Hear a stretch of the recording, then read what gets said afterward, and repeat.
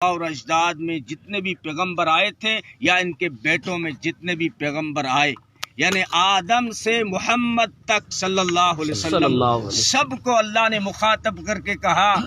وَلَوْ أَشْرَكُوا لَحَبِطَ عَنْهُمْ مَا كَانُوا يَعْمَلُونَ، اگر یہ پیغمبر بھی شرک کرتے، سمجھوتا کر لیتے، شرک میں ترجمہ بڑا ہارڈ ہے، جو ہے سمجھوتا بھی کر لیتے نا شرک کے بارے میں، تو اللہ فرماتے میں ان کے سارے پیغمبروں کے اعمال بھی جلا دیتا ہوں۔ اور مشرکین کو کہا کہ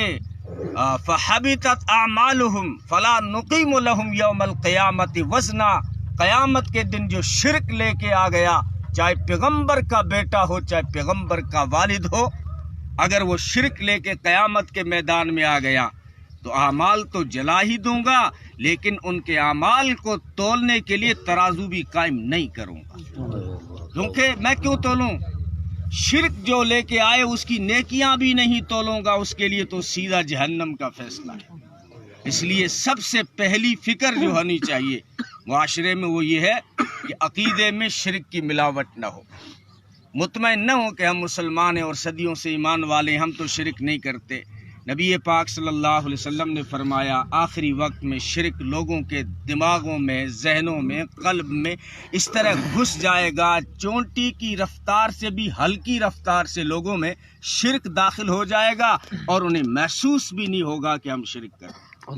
اس لیے اللہ سے اپنے ایمان کی بقا کی دعا بھی کرنی چاہیے۔ اور شرک صرف یہ نہیں کہ جو ہے سجدوں میں جب شریک کریں گے تبھی شرک ہوگا، شرک کی کئی قسمیں ہیں۔ صرف سجدہ اللہ کے لیے خاص نہیں ہے، رکوع بھی اللہ کے لیے خاص ہے۔ آپ انسانیت کا احترام اور عظمت کر سکتے ہیں، نبی پاک صلی اللہ علیہ وسلم نے معان کا ثابت ہے، لیکن کسی انسان کے سامنے رکوع کیا ہو یہ ثابت نہیں ہے۔